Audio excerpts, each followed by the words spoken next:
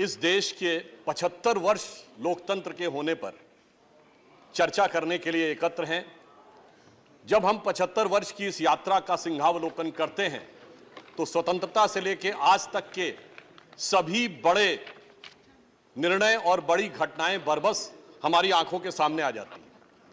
यदि हम स्वतंत्रता से प्रारंभ करें तो मैं याद दिलाना चाहता हूं कि महर्षि अरविंद ने यह कहा था कि जो स्थान इस शरीर में आत्मा का है वो स्थान भारत का पूरे विश्व में है।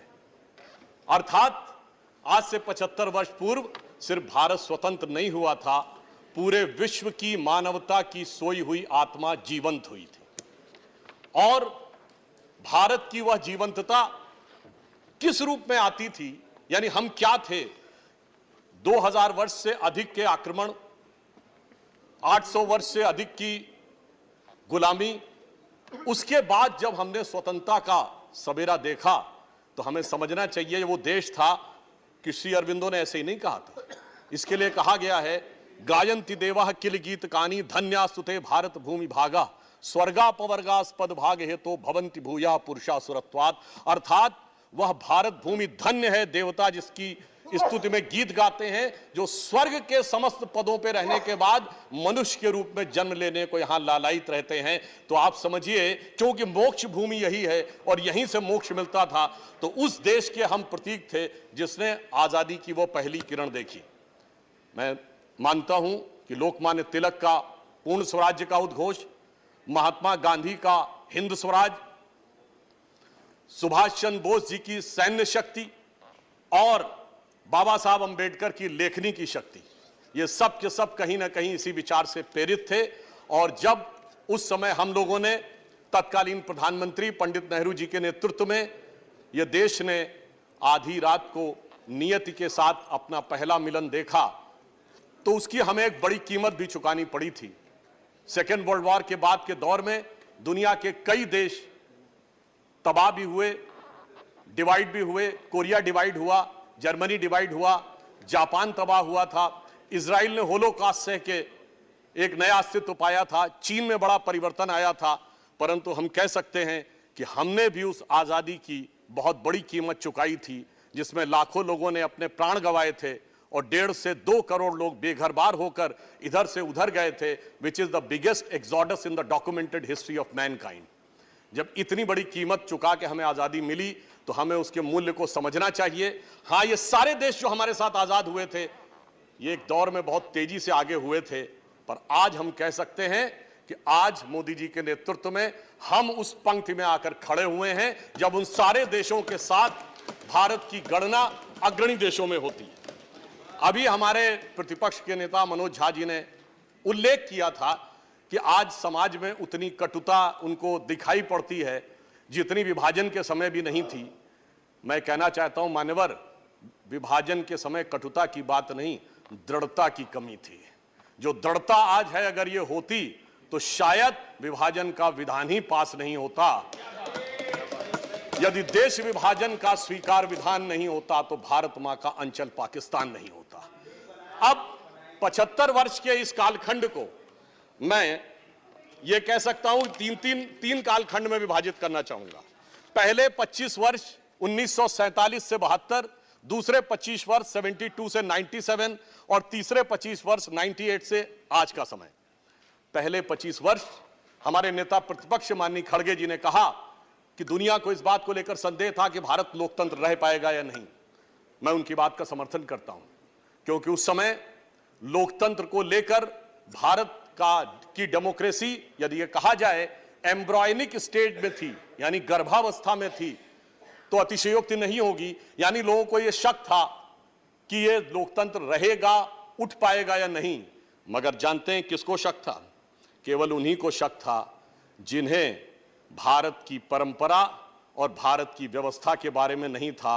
उस गर्भावस्था के संस्कार इतने प्रबल थे हजारों वर्षों से कि मैं कोट करना चाहता हूं, बाबा साहब अंबेडकर ने 28 अक्टूबर 1951 को यह कहा कि डेमोक्रेसी आज भले ही हमारे लिए नई दिखाई पड़ती हो, परंतु हमारा इतना गहरा प्रभाव है कि उन्होंने कहा कि महापरिनिर्वाण सूक्त में लिखा है, जब भगवान बुद्ध का महापरिनिर्वाण हो रहा था तो उन्होंने कहा कि जहां पर समिति बैठी हुई थी, जहां उन्होंने कहा कि वह कार्रवाई पूरी करे और उसके उपरांत ही लोग यहां पर आए, अर्थात व्यवस्था के तहत बैठकर लोकतांत्रिक निर्णय किस प्रकार से होते थे, उन्होंने इस विषय को रेखांकित किया। और नेता सदन पीयूष गोयल जी ने जब इस बात का उल्लेख किया था कि वैदिक काल में भी सभा और समिति थी, चोल साम्राज्य में हमारे कई प्रतिपक्षी लोगों ने बोला गांवों में समितियों का चयन जैसे वोट के द्वारा होता था, भगवान बासवन्ना के अनुभव मंडपम जिसमें 12वीं शताब्दी में बैठकर निर्णय होता था, वैशाली का वह गणराज्य जिसे दुनिया का पहला गणराज्य कहा जाता है, इतनी बड़ी परंपरा थी, इसीलिए सिर्फ उनको संदेह था जो भारत को भारत की दृष्टि से नहीं समझ पा रहे थे। जो भारत की दृष्टि से समझ पा रहे थे उन्हें पूरा यह यकीन था, जो माननीय प्रधानमंत्री जी ने कहा कि India is the mother of democracy. मगर मैं आगे बढ़ना चाहता हूं, लोग ये मानते हैं कि डेमोक्रेसी की शुरुआत, पॉलिटिकल डेमोक्रेसी सिर्फ हमारे यहां थी, ऐसा नहीं था। मैं उदाहरण देना चाहता हूं, दुनिया में जितनी भी सभ्यताएं और देश थी उनमें कहीं भी धार्मिक विषय पे, रिलीजियस विषय के ऊपर डेमोक्रेसी का कोई उल्लेख नहीं है, कोई डिस्कशन नहीं हो सकता, सिर्फ जो कहा गया उसे सुन लो, इसके अलावा कोई डिस्कशन का उल्लेख नहीं है। परंतु सिर्फ हमारे यहां था, वैदिक काल में शास्त्रार्थ होता था, एक ही धर्म ग्रंथ के एक हिस्से को लेकर एक द्वैत का मत है, एक अद्वैत का मत है, एक विशिष्टाद्वैत का मत है, और जो कहा गया कस्मै देवाय हविषा विधेम, यानी प्रश्न और उसके बाद निर्णय। तो मैं कह सकता हूं India is the mother of political democracy, but also the foundation head of religious and spiritual democracy in the world, which is not found anywhere in the world. और इसलिए मैं ये कहना चाहता हूं कि हमारे संविधान निर्माताओं ने इस भाव को भली भांति समझा। परंतु जब डेमोक्रेसी अपने प्रारंभिक कालखंड में थी 25 वर्ष के, तब उस समय यदि यह विचार किया जाए तो कहा जाता है कि सत्ता पक्ष के बहुत से लोगों ने बड़ा योगदान दिया। तो मैं भी याद दिलाना चाहता हूं हमने क्या योगदान दिया। प्रतिपक्ष के रूप में जब देश के सामने चुनौती आई तो हमने कभी इस बात की चिंता नहीं की कि हम प्रतिपक्ष में हैं या हमारे साथ क्या हुआ है। 1962 की चाइना वॉर हुई तो भारतीय जनसंघ के रूप में तत्कालीन प्रधानमंत्री पंडित नेहरू जी का जो हमने सहयोग और समर्थन किया, और जनसंघ ही नहीं, राष्ट्रीय स्वयंसेवक संघ ने इतना सहयोग किया कि गांधी नेहरू जी ने पूरी पूरी प्रशंसा की और 26 जनवरी 1963 को गणतंत्र दिवस परेड में बुलाया। 1965 वॉर में लाल बहादुर शास्त्री जी का जिस प्रकार से सहयोग किया, यह पूरी तरीके से ऑन रिकॉर्ड है कि उन्होंने ऑल पार्टी मीटिंग में जनसंघ के अध्यक्ष नहीं, गुरुजी को भी बुलाया था। यह पहले 25 वर्ष में आगे बढ़ते हुए जब हम 1972 के पास पहुंचे तो आप सभी बड़े गर्व से कहते हैं कि 71 की वॉर के समय अटल जी ने इंदिरा जी की भूरी भूरी प्रशंसा की थी। यह होता है विपक्ष के रूप में लोकतंत्र को मजबूत रखने के लिए एक सकारात्मक भूमिका निभाना, और कैसे उस प्रारंभिक अवस्था में हमने आगे किया। वैसे मैं यह भी कह दूं, वो अटल जी ने वो नहीं बोला था जिसके बारे में बहुत ज्यादा बोला जाता है, क्योंकि इंदिरा जी की ऑफिशियल जीवनी पुपुल जयकर जी ने लिखी थी और उन्होंने बहुत खोजा था मगर वो चीज नहीं मिली थी जो कहा जाता। परंतु ये ईमानदारी की बात है कि वह प्रशंसा की थी और उसके द्वारा देश बढ़ता हुआ आगे तक पहुंचा। तो इसलिए मैं कह सकता हूं कि पहले कालखंड में विपक्ष के रूप में हमने डेमोक्रेसी को मजबूत करने में महत्वपूर्ण भूमिका निभाई। अगला कालखंड आता है 72 टू 97। इसे मैं कह सकता हूं कि this is the nascent stage of democracy, क्योंकि पहले कालखंड के 25 वर्ष में चुनाव होते थे, सरकार नहीं बदलती थी। तो सरकार नहीं बदलती थी तो लोकतंत्र का दूसरा स्वरूप नहीं आता था। अब 72 से 97 वाले कालखंड में सरकारें बदलनी शुरू हुई। लोकतंत्र ने इमरजेंसी का वह काला अध्याय देखा जो कि बहुत दर्दनाक और दुखद था। परंतु आज के इस अवसर पे मैं उसके डिटेल में न जाते हुए सिर्फ इतना कहना चाहूंगा कि भारत का लोकतंत्र इतना जीवंत था कि जेपी के नेतृत्व में हम लोगों ने वो आंदोलन खड़ा किया कि चाहे जितनी भी दमनकारी शक्ति थी, अंततः भारत में पहली बार केंद्र में सत्ता का परिवर्तन 1977 में हुआ। ये बदलाव आया। और उसके बाद एक चीज और याद दिलाना चाहता हूं कि जब एक गठबंधन बना था सभी लोगों को मिलके, मगर बहुत जल्द ही वो गठबंधन कुछ छल में, कुछ प्रपंच में, कुछ अहम मान्यता में बिखर गया था 1979 में। तो मैं याद दिलाना चाहता हूं, इस संसद ने वो भी देखा कि ये 24 दिन की सरकार बनी, प्रधानमंत्री जी सदन में नहीं आए, और उस समय अटल जी ने दुखी होकर एक कविता लिखी थी। आप सबने वो तो सुना होगा ना, गीत नया गाता हूं, पर उन्होंने लिखा था गीत नहीं गाता हूं। उन्होंने लिखा था उस समय की घटना से दुखी होकर कि लगी कुछ ऐसी नजर, बिखरा शीशे सा शहर, अपनों के मेले में मीत नहीं पाता हूं, गीत नहीं गाता हूं, गीत नहीं गाता हूं। आज मेला कई बार लग चुका है, पटना से लेके बेंगलुरु से लेके मुंबई तक, मेले में कौन किसका मीत है ये तो शायद अंदर बैठे वालों को ही पता होगा कि उन्हें मीत मिल पा रहा है या नहीं मिल पा रहा है। तो मैं कहता हूं कि अटल जी की यह बात हमें एकदम उचित और उपयुक्त नजर आती है। इसके बाद उस कालखंड में 1980 का दशक आया, जब इस देश ने एक ऐसा दौर भी देखा जब 1980 में श्रीमती इंदिरा गांधी जी की सत्ता में वापसी हुई। तो अभी हमारे प्रतिपक्ष के नेता और कई लोग कहते थे कि सरकारों को हटाया गया, विपक्ष की तमाम सरकारें केवल इस आधार पर बर्खास्त कर दी गई कि केंद्र में आपकी पार्टी चुनाव हार गई है तो राज्यों में आपको शासन करने का अधिकार नहीं रह गया है। मुझे लगता है कि इस आधार के ऊपर सरकार केंद्र में आई और उसने विपक्ष की सारी सरकारों को एक झटके में बर्खास्त कर दिया। यह भी लोकतंत्र के लिए एक चुनौती का दौर था। और 80 के दशक में दो सबसे शक्तिशाली सरकारें हम लोगों ने देखी, श्रीमती इंदिरा गांधी जी की 2/3 बहुमत की सरकार और राजीव गांधी जी की 80% बहुमत की सरकार। मगर इसी समय में देश ने बहुत बड़ी चुनौतियां, यह भी विडंबना थी कि सबसे शक्तिशाली बहुमत की सरकारों के दौर में आतंकवाद भी देश ने सबसे भयानक रूप में उठता हुआ देखा। फिर एक दौर आया जब 1980 के दशक का अंत हुआ और उस समय राष्ट्रवाद एक नए स्वरूप में उभरा, भारत के समाज में भी परिवर्तन आया, सामाजिक न्याय एक नए स्वरूप में उभरा, श्री राम जन्मभूमि का आंदोलन उभरा और इस देश की पॉलिटिक्स यूनिपोलर से बाइपोलर हुई। जब 1991 में हम लोग मुख्य विपक्षी दल बने 120 सीटों के साथ, और उसी समय अर्थव्यवस्था का भी पुराना ढांचा टूटा। जो नेहरूवियन मॉडल था वो उस समय doctor Manmohan Singh finance minister थे और श्री पीवी नरसिम्हा राव जी प्रधानमंत्री थे, उन्होंने उसको समाप्त किया। और मुझे याद है, मैं तो बहुत बच्चा था उस समय, स्टूडेंट था, उस खुली अर्थव्यवस्था में भाषण देते हुए सदन में अटल जी ने बड़े चुटीले अंदाज में एक बात कही थी। उन्होंने कहा था कि अर्थव्यवस्था के दरवाजे खोल दिए गए हैं, कह दिया गया अब खुली अर्थव्यवस्था आ गई है। मगर उन्होंने कहा सभापति महोदय, जितने दरवाजे आगे के खोले गए उतने पीछे के दरवाजे भी खोल दिए गए। और फिर उन्होंने कहा कुछ तो ऐसे भी हैं जो पीछे के दरवाजे ही नहीं, रोशनदान से भी अंदर आने के लिए दरवाजे खोल दिए गए हैं। इस प्रकार से उन्होंने उस खुली अर्थव्यवस्था का समर्थन और उसकी विद्रूपता के ऊपर एक अटैक भी करने का कार्य किया। और फिर इस देश ने एक वो दौर भी देखा जब 13 दिन की सरकार बनी और उस 13 दिन की सरकार ने इस संसद के इतिहास में मील का पत्थर स्थापित कर दिया।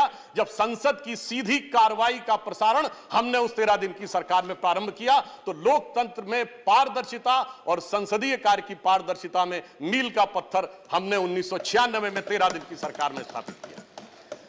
फिर 97 में, चूंकि अब हम उत्तरोत्तर शक्तिशाली होते जा रहे थे, तो सब मिलकर हमारे खिलाफ एकजुट थे।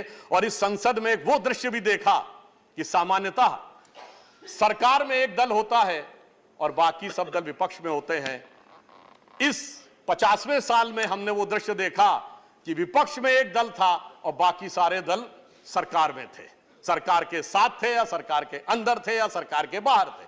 जिसमें आप सबको वह ध्यान होगा जो प्रमोद महाजन जी ने बोला था कि वो विदेश में गए और उनका परिचय हुआ चाइना में कि साहब हम सबसे बड़े दल हैं और हम सरकार से बाहर है, विपक्षी दल हैं। फिर उन्होंने कांग्रेस के सदस्य का परिचय कराया, दूसरे सबसे बड़े दल हैं मगर ये सरकार में नहीं है, समर्थन कर रहे हैं। फिर तीसरे व्यक्ति का परिचय कराया और कहा कि साहब ये सरकार के साथ है मगर मंत्री नहीं है, सरकार में नहीं है। और फिर उन्होंने कहा कि रमाकांत कलब जी थे, उन्होंने कहा जी ये एकमात्र सांसद हैं अपने दल के और ये सरकार है। तो मेरे विचार से संसद का यह स्वरूप भी उस समय हमने देखा। वैसे इस अवसर के ऊपर मैं कोई चुभती बात नहीं करना चाहता, पर यह भी याद है कि 97 में गुजराल जी की सरकार किस मामले पे गई थी। जैन कमीशन की रिपोर्ट, स्वर्गीय राजीव गांधी जी की दुखद हत्या और उसको लेकर कुछ लोगों के, पार्टियों के नेताओं के साथ संबंध को लेकर यूनाइटेड फ्रंट की सरकार गिराई गई थी और कहा गया था कि यह सरकार नहीं चल सकती यदि डीएमके के साथ समर्थन वापस नहीं लेते। परंतु कोई बात नहीं, आज 25 साल के बाद राजीव गांधी जी के प्रति श्रद्धा का ज्वार गठबंधन के खुमार में कहीं दब गया है और इसलिए अब परिस्थिति भिन्न है। अब मैं आता हूं इस कालखंड पे, 1998 से 2023, ये तीसरा कालखंड जो हमारा हुआ, इसकी शुरुआत हुई पोखरण के विस्फोट के साथ। भारत की शक्ति का उदय हुआ और भारत में एक अंतर मैं और स्पष्ट कर दूं, 1974 में भी इंदिरा जी ने परमाणु विस्फोट किया था और 98 दोनों में फंडामेंटल डिफरेंस यह था कि 1974 में हमारे घोषणा करने से पहले सोवियत यूनियन और अमेरिका दोनों ने घोषित कर दिया था कि भारत ने टेस्ट किया है। परंतु जब हमने 98 में किया तो जब अटल जी ने कहा था प्रेस कॉन्फ्रेंस करके, तब तक अमेरिका को भी नहीं पता था कि परमाणु विस्फोट हो गया है। और दूसरा, 98 में हमने 5 एक्सप्लोजन किए थे जिसमें हाइड्रोजन बम से लेके सब किलो टन तक के थे और अंतर यह था कि 74 में हमने कहा था कि हमने शांतिपूर्ण पर्पस के लिए किया है, 98 में हमने कहा now we are the nuclear state और हमने अपने को न्यूक्लियर स्टेट डिक्लेयर किया था। फिर इसी सदन में एक और भी चीज हुई जो सभापति महोदय, कभी कभी क्या होता है, टेक्निकलिटी और मॉरलिटी के बीच की धारा बहुत छोटी होती है। अप्रैल 1999 में एक वोट से सरकार गिरी और वो एक वोट किसका था? उस समय श्री गिरधर गोमांग जो कि उड़ीसा के मुख्यमंत्री बन चुके थे, तो टेक्निकली तो वो संसद के में वोट कर सकते थे, पर मैंने कहा ना, टेक्निकलिटी और मॉरलिटी के बीच की जो धारा होती है वो बहुत हल्की होती है। खैर कोई बात नहीं, एक वोट से सरकार गिरी, परंतु उसके बाद पुनः हम लोग आए पुनः हम लोग सत्ता में आए और उसके बाद 2004 का दौर आया। 2004 में हम 7 सीटों के अंतर से चूक गए, परंतु मैं यह भी कहना चाहूंगा उस दौर में भी डॉक्टर मनमोहन सिंह जब प्रधानमंत्री बने तो मैं एक बात कहना चाहूंगा, आज बहुत सारे विदेश के अखबारों संस्थानों को लोग कोट करते हैं, कई विदेशी अखबारों ने और कई अंतरराष्ट्रीय बुद्धिजीवियों ने, जिसमें भारत के भी थे, नोबेल पुरस्कार विजेता भी थे, उन्होंने 2004 में कहा था एक बात कि India is a marvel of democracy, क्योंकि उन्होंने कहा a leader of the ruling party who is a Christian lady is asking a Muslim president to appoint a Sikh as prime minister of the country when 80% are Hindus. That's why India is a marvel of democracy और मैं कह सकता हूं यही crux of democracy है। ये मूल भाव है जिसकी वजह से यहां सबको समान रूप से रहने का मौका मिलता है और आगे चलने का मौका मिलता है। आगे के 10 वर्षों के ऊपर मैं इस समय में बहुत टिप्पणी नहीं करना चाहूंगा, क्योंकि मेरे विचार से इशारों को अगर समझो राज को राज रहने दो, वो सबको यह बात पता है कि उस कालखंड में क्या हुआ। अब मैं आता हूं 2014 पे। जब 2014 में 16 मई 2014 को श्री नरेंद्र मोदी जी के नेतृत्व में हमें स्पष्ट बहुमत मिला, तो उस समय परिस्थिति यह थी कि मैं याद दिलाना चाहता हूं 18 मई 2014 लंदन के संडे गार्डियन ने अपने आर्टिकल में लिखा, सिर्फ पहली लाइन बोलूंगा, आगे का नहीं बोलता हूं। उन्होंने कहा this is the India second tourist with destiny. यह नियति के साथ दूसरा मिलन था, क्योंकि पहली बार एक ऐसे दल को सत्ता मिली थी जिसका उत्पत्ति विचार स्वतंत्र भारत में हुआ और पहली बार किसी गैर कांग्रेसी दल को स्पष्ट बहुमत मिला। परंतु यह सरकार सिर्फ सरकार बदलने के लिए नहीं थी, यह विचार बदलने के लिए थी और इसीलिए मोदी जी ने प्रधानमंत्री बनने के बाद वो कुछ ऐसे विषय उठाए जो कहा गया नॉन पॉलिटिकल है। जैसे उन्होंने कहा स्वच्छ भारत अभियान, बेटी बचाओ बेटी पढ़ाओ का विषय कहा, परंतु ये विचार बदलने के लिए था। आज आप देखिए हमारे आप में से किसी के भी हाथ में कोई पैकेट और रैपर होता, जैसे पहले कोई आसानी से लोग फेंक दिया करते थे, अब ऐसा नहीं होता। और अगर उन्होंने बेटी बचाओ बेटी पढ़ाओ कहा तो नवजात शिशुओं के लिंग अनुपात में भारी परिवर्तन दर्ज किया गया है और इस साल पहली बार ऐसा हुआ है नवजात शिशुओं में लड़कियों की संख्या अधिक आई है। यानी यह इतना बड़ा परिवर्तन आया। और अभी उदारता की बात कर रहे थे हमारे खड़गे जी, तो मैं याद दिलाना चाहता हूं कि इसी दरमियान स्टैंडिंग कमेटीज की जब बात होती है तो जो बिल आए हैं 2014 के बाद सरकार की तरफ से, तो उसमें 46 बिल्स आए हैं, जिसमें 14 स्टैंडिंग कमेटी को और 23 सेलेक्ट कमेटीज को गए हैं। यानी 46 में 37, 80% बिल पार्लियामेंट्री कमेटीज को गए हैं। यह फैक्ट भी हमें ध्यान रखने की आवश्यकता है। और इसी के साथ मैं एक और बात भी कहना चाहता हूं, उन्होंने कहा था थोड़ा बड़ा हृदय होना चाहिए। तो याद करिए मोदी जी का पहला भाषण 2014 में, जब उन्होंने क्या कहा कि हम तो समाज के सबसे गरीब व्यक्ति की तरफ नजर रखते हैं क्योंकि हम दीनदयाल जी के अंत्योदय से प्रेरित हैं। और आगे उन्होंने कहा महात्मा गांधी हो, लोहिया जी हो या दीनदयाल जी हो, सभी का विचार इसी भाव से प्रेरित था। हमने इसकी कोई चिंता नहीं की कि कौन हमारी पार्टी का है, कौन हमारी पार्टी का नहीं। और विशाल हृदय तो इतना दिखाया कि सरदार पटेल की दुनिया की सबसे विशाल मूर्ति बनाकर दिखाई। हमें इस बात से कोई प्रभाव नहीं पड़ता कि उनके कालखंड में भले ही आरएसएस पे बैन लगा हो, परंतु जिसने देश के लिए इतना ऊंचा काम किया उसका मुकाम भी उतना ऊंचा होना चाहिए। फिर मैं ये भी याद दिलाना चाहता हूं, मोदी जी के ही कालखंड में सिर्फ इतना ही नहीं हुआ, हमने श्री अटल बिहारी वाजपेयी जी को ही भारत रत्न नहीं दिया, प्रणब मुखर्जी जी को भी भारत रत्न दिया, हमने तरुण गोगोई जी को भी पद्म भूषण दिया, एससी जमीर जी को भी पद्म भूषण दिया। मुझे लगता है शायद इससे ज्यादा उदारता, बगैर इस बात की चिंता किए हुए कि कौन हमारी पार्टी का है, कौन हमारी पार्टी का नहीं है, भारत के इतिहास में यह देखने को नहीं मिलता है जो उदाहरण उन्होंने दिया। हां, यह जरूर कह सकते हैं कि बहुत से ऐसे लोग, उनको इसमें भी उदारता न नजर आई हो जो बाबा साहब का बहुत उल्लेख करते हैं, और बाबा साहब को भारत रत्न देने में इतना लंबा समय लग गया था, उनके कालखंड में नहीं मिला था। हमारी जब सरकार आई तो अटल जी की सरकार के समय में जहां उन्होंने अंतिम सांस ली थी, उस अलीपुर रोड बंगले को सरकार ने लेकर उसको स्मारक बनाया। मोदी जी ने मुंबई में और लंदन तक जाके जिस मकान में डॉक्टर बाबा साहब अंबेडकर रहे थे, भारत सरकार ने उसको लेकर उसे स्मारक बनाने का काम किया और 26 नवंबर को संविधान दिवस के रूप में उसको स्थापित किया। तो यह दर्शाता है कि हमने सभी के प्रति, जिसने इस देश के लिए जो योगदान दिया, उन सब के प्रति हमने ईमानदारी से और पूरी दृढ़ता के साथ इन 75 वर्षों में यह करने का प्रयास किया है। और एक और बड़ा परिवर्तन आया। देखिए, जब इस देश के प्रथम प्रधानमंत्री पंडित जवाहरलाल नेहरू जी बने, परंतु वो ईश्वर की कृपा से एक समृद्ध परिवार से आते थे।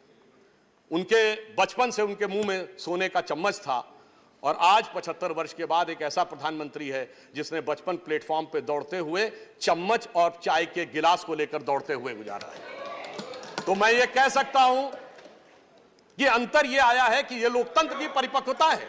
इसका हम सबको, हमें इसको सेलिब्रेट करना चाहिए कि अब लोकतंत्र लक्ष्मी नारायण की कृपा से लेके दरिद्र नारायण के सम्मान तक आके खड़ा हो गया है।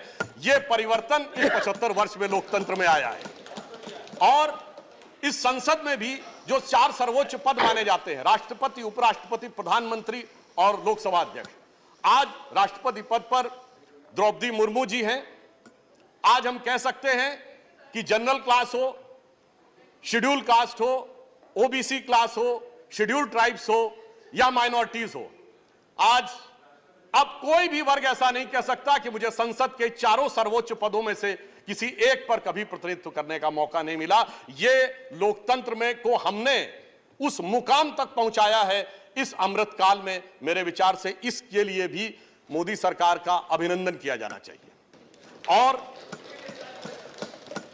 यह भी मैं बताना चाहता हूं, इस समय यह भी एक सुखद संयोग देखिए कि सभी पदों पर बैठे हुए लोग वो हैं जो आजादी के बाद उत्पन्न हुए हैं। अर्थात अब स्वतंत्र भारत का, स्वतंत्र भाव का नेतृत्व इस समय संसद में भिन्न भिन्न रूप में आगे चल रहा है। शक्ति सिंह गोयल जी ने कुछ बात बोली थी, एक मैं उनका भी जवाब देना चाहता हूं। उन्होंने एक दोहा बोला था, हम लोग की तरफ भी गांवों में बोला जाता है। आपने शायद ध्यान नहीं दिया जी, आपके एक वाक्य को देखकर बाहर गए। नहीं मान्यवर, उन्होंने एक सेंटेंस बोला था, हम लोग की तरफ भी गांवों में कहा जाता है, कहे घाघ सुन भट्टरी यही गांव में रहना है, और ऊंट बिलारी ले गई हाजी हाजी कहना है। वो कह रहे थे कि हाजी हाजी कहना पड़ता है, ये तो उनके मन की कल्पना थी। मैं सिर्फ 3 चीजें कोट करता हूं, किसी के प्रति कुछ नहीं। मौलाना आजाद की किताब इंडिया विंस फ्रीडम, उसके आखिरी वो 30 पन्ने जो उन्होंने कहा था मेरी मृत्यु के 30 वर्ष के बाद पब्लिश हो, उसको पढ़ लीजिए। श्री पीवी नरसिम्हा राव की किताब द इनसाइडर, जिसका हिंदी अनुवाद अंतर्गाथा के रूप में भी विद्यमान है, वो भी पढ़ लीजिए। और श्री नटवर सिंह जी की किताब one life is not enough पढ़ लीजिए। तो फिर मेरे विचार से शक्ति सिंह गोयल जी को वह शक्ति मिलेगी कि हाँ जी कैसे कहना है। और मैं एक बात और कहना चाहूंगा, खड़गे जी ने G20 पे कहा कि कमल का फूल दिख रहा था। मान्यवर, G20 में जो कमल का फूल था वो 5 पंखुड़ियों वाला फूल है, जो भारत का राष्ट्रीय पुष्प है। हमारा कमल का फूल 8 पंखुड़ियों वाला है। मगर मैं ये भी कहना चाहता हूं कि उनको ध्यान रखना चाहिए कि आज अगर भारत को सुपर पावर बनना है तो हमें इंटेलेक्चुअली भी आगे बढ़ना है, फाइनेंशियली भी। हमें लक्ष्मी जी की भी कृपा चाहिए। सर 1 मिनट और, हम कंक्लूड कर रहे हैं सर। सर हमें लक्ष्मी जी की भी कृपा चाहिए और सरस्वती जी की भी कृपा चाहिए, और दोनों ही कमल पे विराजती हैं। तो जितना कमल खिला रहेगा हमारा प्रगति का मार्ग उतना ही प्रशस्त रहेगा। और मैं ये कहना चाहता हूं कि हमारे प्रधानमंत्री जी के ऊपर, बस समराइज कर रहा हूं सर 1 मिनट में, हमारे प्रधानमंत्री जी के ऊपर G20 में हमने वो विकास दिखाया कि आज 7.8% के साथ हम दुनिया की सबसे बड़ी अर्थव्यवस्थाओं में सबसे तेजी से बढ़ती है व्यवस्थाएं। आज दुनिया में क्या स्थिति है, चाइना की, अमेरिका की, यूरोप की, पाकिस्तान और श्रीलंका छोड़ दीजिए। तो मैं सिर्फ एक लाइन कहना चाहूंगा मोदी जी के लिए, और सर एक लाइन उसके बाद और आपसे मैं मोदी जी के लिए जो आप लोगों के मन में भाव आता है, तो मैं कहना चाहता हूं कि इस विपरीत परिस्थिति में जैसे देश को चलाया है, हमें इल्जाम मत दीजिए, बहुत अफसोस होता है। हमें इल्जाम मत दीजिए, बहुत अफसोस होता है। बड़ी तरकीब से कश्ती यहां तक लेके आए हैं, बदल देते हैं हम दरिया की लहरें अपनी हिम्मत से, आंधियों में भी चिराग अक्सर हमने जलाए। और अंत में सर 1 मिनट, अंत में मैं अटल जी की उस पंक्ति से समाप्त करता हूं। आप सबसे आह्वान करता हूं, नई संसद में जा रहे हैं तो वो जो उनकी पंक्ति थी कि आओ मिलकर दिया जलाएं, तो मैं ये कहना चाहता हूं, आहुति बाकी यज्ञ अधूरा, अपनों के विघ्नों ने घेरा। अपने लोग ही कुछ विघ्न उत्पन्न कर रहे हैं, कोई बात नहीं। आहुति बाकी यज्ञ अधूरा, अपनों के विघ्नों ने घेरा, अंतिम जय का वज्र बनाने नवदधीच हड्डियां गलाएं, आओ मिलकर दिया जलाएं। और यज्ञ का धुआं उन सारे वायरस को नष्ट करे जिसमें डेंगू भी है, मलेरिया भी है, कोरोना भी है, HIV भी है, जो मन में बैठा उस वायरस को नष्ट करे और एक भारत श्रेष्ठ भारत का मार्ग प्रशस्त करे।